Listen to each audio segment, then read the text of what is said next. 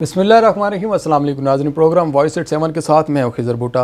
नाज़रीन, इस टाइम मुल्तान के अंदर इलेक्शन जारी हैं जो कि NA 157 के अंदर भी मार्का चल रहा है, जिसमें PTI और पीपल्स पार्टी की बात करें तो उनके कारकुनान आमने सामने हैं। और इस टाइम नून लीग की जो सीनियर क़यादत हैं, जो इस सिटी के सदर हैं, वो भी इस टाइम जो है पीपल्स पार्टी का साथ दे रहे हैं। और इसके अलावा अगर देखें कि मुल्तान के जो बेसिक मसाइल हैं और पार्टी के अंदर जो इस टाइम पीपल्स पार्टी के हक़ में बैठ जाना, ये सारी जो एक फ़ैसले हैं ये किस तरह देखते हैं।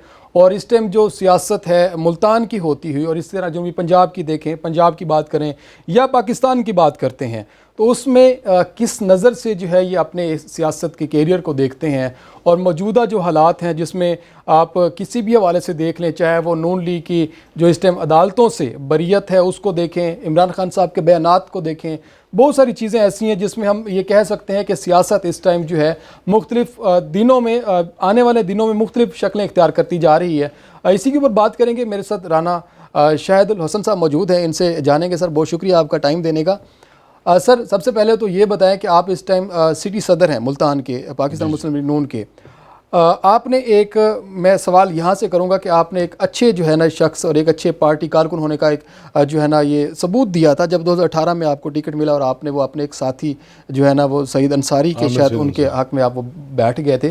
तो ये आपने कैसे सोचा? सियासत में तो ऐसा होता नहीं है वैसे। पहले तो मैं आपको और आपकी टीम को खुशामदीद कहता हूँ।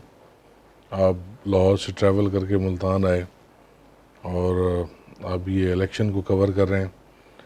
दूसरा, पार्टियों में बहुत सी कुर्बानियाँ देनी पड़ती हैं, और मैं ये समझता हूँ कि ये जो मिसाल है, मैं अपने वालिद साहब के दौर में जब मियाँ मोहम्मद नवाज शरीफ साहब कोई भी मरला आया तो हम उनके साथ खड़े रहे, डट के खड़े रहे। इस इंतहाई सख्त मरले भी आते रहे, हम पे 302 भी लगी और ये सियासी मुकदमा भी चलते रहे, लेकिन